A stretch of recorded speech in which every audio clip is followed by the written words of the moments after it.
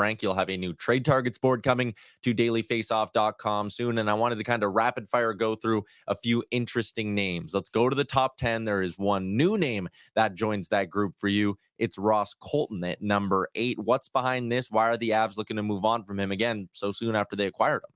Yeah, less than a year, June 28th, that they got him at the draft from a cap-strapped Tampa team. And why do I say that? Because the Avs are in that exact same spot now. Think about the questions that are facing Chris McFarland and their cap situation right now. They have to figure out what's going on with Valeri Nichushkin. Is he coming back after failing them for a second straight playoff with a drug-related issue? They need to find space to activate Gabriel Landeskog during the season because he seems to be on track to do so. They want to re-sign Jonathan Drouin and are actively working towards that.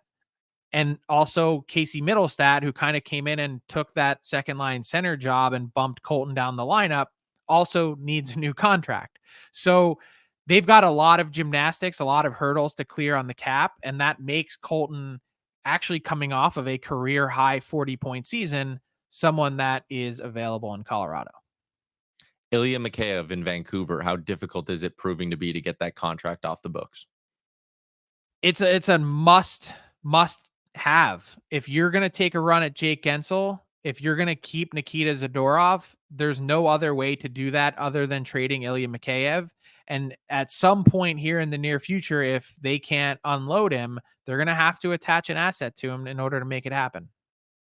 And Patrick Laine in Columbus, that's next year. As I keep lobbing pitches up to you, what's the latest on Laine? He's soon emerging from the NHLPA player assistance program. That's what Don Waddell had mentioned today in his press conference.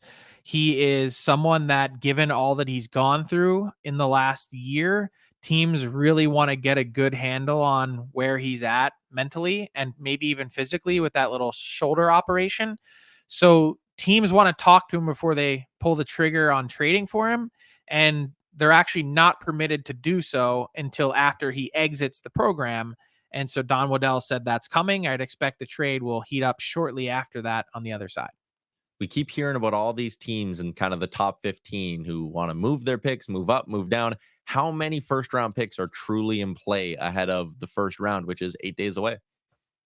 Maybe Stephen Ellis will be able to better answer this than me, but I can't really recall a draft in the last 10 years plus where there's potentially this much influx inside the top 10. So just consider the teams that, like Don Waddell said today, verbalized it clearly, we're open to trading number 4. The Sens have said that publicly about number 7. The New Jersey Devils mentioned that about 10. I think the Calgary Flames are pretty locked in at 9. We know the Seattle Kraken need to eventually start heading in the right direction. Are they open at 8?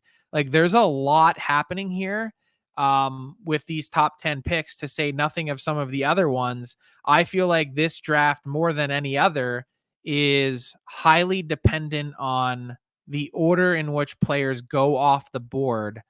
It seems like teams are set and focused on certain guys, and if those guys move, you're going to see those picks move.